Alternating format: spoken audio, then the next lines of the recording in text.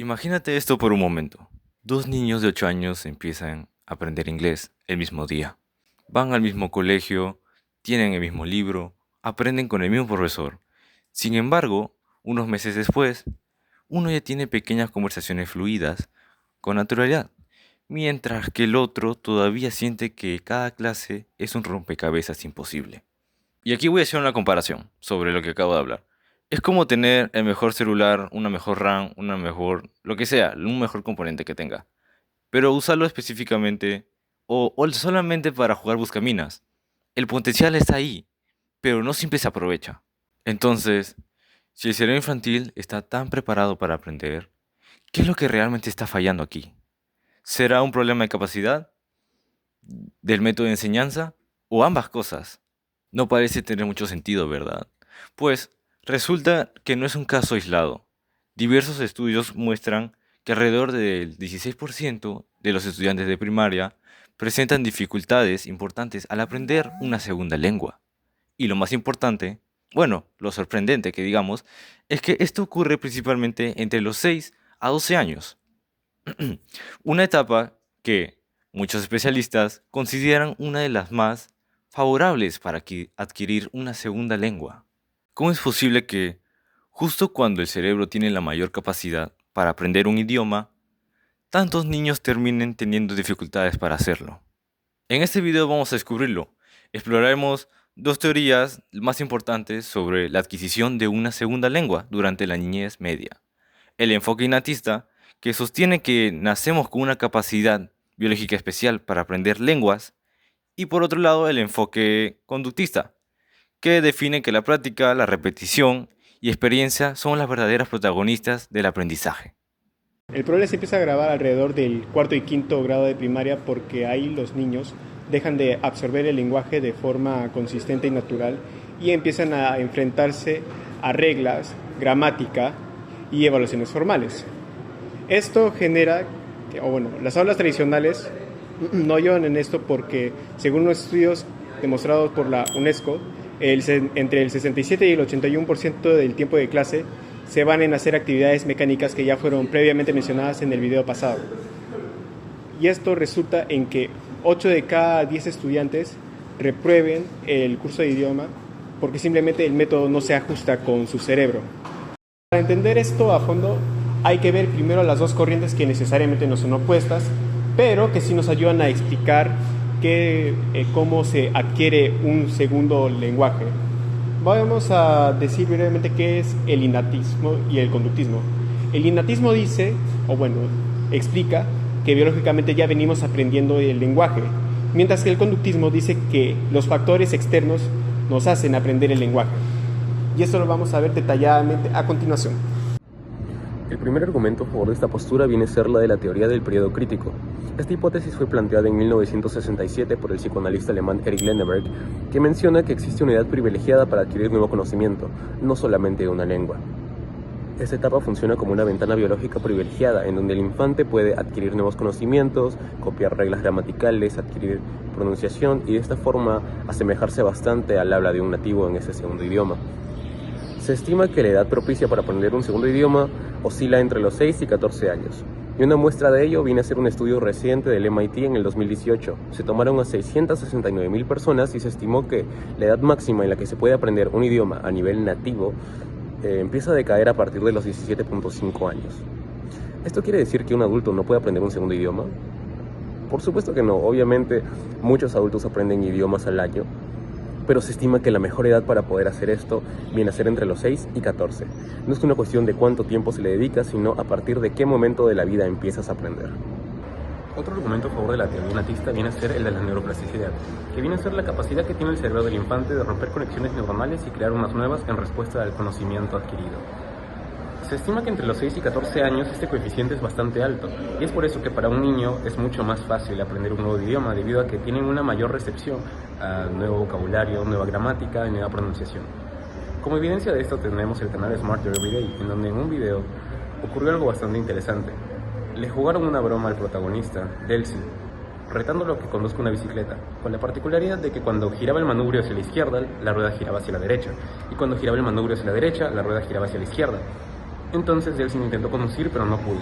Cayó muchas veces, pero decidido a poder dominar esta nueva técnica, se vio a sí mismo en la misión de, durante 8 meses, con práctica diaria, tratar de conducirla sin caerse. Entonces, tras los 8 meses transcurridos, Delsin pudo conducirla con normalidad, cuando se dio cuenta de 2 cosas interesantes. La primera es que al volver a utilizar una bicicleta normal ya no podía hacerlo, porque tendría que reacostumbrarse y adquirir nuevamente la habilidad de conducir. Por otro lado, retó a su hijo, de 6 años, a que pudiera conducir la misma bicicleta. Y adivinen qué pasó, porque fue bastante gracioso. Al cabo de 2 semanas, el hijo de Delsin ya podía dominarla completamente. Esto a él se le hizo bastante curioso. ¿Acaso era el hijo de Delsin privilegiado? ¿O era mucho más inteligente que él? ¿O sus capacidades motrices eran más elevadas? Y la respuesta es no, o no necesariamente. Dado que el hijo de Delsin tenía 6 años, se estimaba que estaba en la habilidad propicia para adquirir nuevo conocimiento y adaptar su cerebro a nuevos aprendizajes, por lo cual hizo énfasis en ese aprovechamiento de la neuroplasticidad para poder adquirir ese conocimiento. Y ahora bien, ¿cómo se relaciona esto con la segunda lengua si estoy hablando de capacidades motrices? Pues no solamente capacidades motrices, sino que se centra en cualquier tipo de conocimiento. Para un niño es mucho más fácil adquirir este conocimiento debido a que puede crear nuevas conexiones neuronales, romper las que ya tenía, reestructurar su cerebro y hacerlo indefinidamente. Se estima que los adultos también tienen plasticidad neuronal, pero con el paso del tiempo esta se va decayendo. Entonces, Delsin solamente hizo un aprovechamiento de una capacidad biológica innata para poder dominar lo que su padre le tomó 8 meses en 2 semanas. Por último y no menos importante, tenemos el argumento de la sobreregularización lingüística. ¿Qué viene a ser? ¿Recuerdan lo que les pregunté en el video pasado? ¿Alguna vez les ha causado curiosidad cómo un niño puede decir rompido en vez de roto, andé en vez de anduve, o en inglés go it en vez de went? Pues la sobreregularización lingüística es un fenómeno que se ejecuta cuando un infante aplica correctamente una regla gramatical a una palabra que es irregular. Es decir, por más que la regla sea correcta, había una excepción que en ese caso hacía que esa conjugación no lo fuera. Por tanto, tenemos la evidencia de que según el Corpus Child, la tasa de sobreregularización lingüística entre los 12 y 48 primeros meses de edad, que viene a ser la edad en donde se aprende usualmente el primer lenguaje, la tasa de sobreregularización oscila entre un 15 y 16%. Después cae hacia un 1%, que viene a significar que el infante alcanzó el dominio en su primera lengua. Pudo comprender las excepciones, memorizar vocabulario, estructuras, etc. Y se estima que durante el aprendizaje de un segundo idioma, esta tasa vuelve a subir hasta un 18%, lo que quiere decir que el cerebro está reactivando partes para poder buscar patrones, lo que lo lleva a cometer los mismos errores. Esto consiste en una evidencia de que existe una base biológica innata para poder adquirir el lenguaje. Ahora sí, un mejor lugar, pero a lo que iba.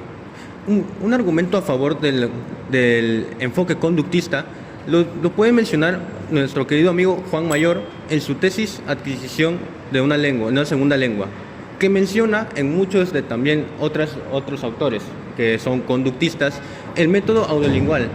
Pero ¿en qué se enfoca realmente? El método audiolingual a lo que se enfoca es más que todo al escucha y el habla, no a la escritura, solo el escucha y el habla. ¿Y por qué sucede esto? Lo que quiere llegar a hacer el escucha y el habla es automatizar muchas de las respuestas, memorizando y comprendiendo más frases, más comunicaciones comunes, y así lograr un aprendizaje del idioma muchísimo superior a otros métodos de enseñanza.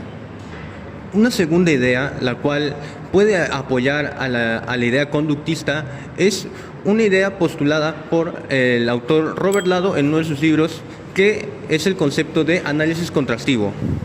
Pero, ¿qué refiere a análisis contrastivo?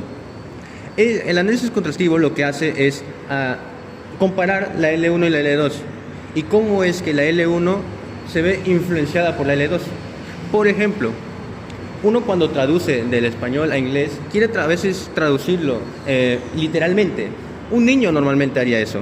Entonces lo que hace es, por ejemplo, tengo hambre, y dice I have hunger.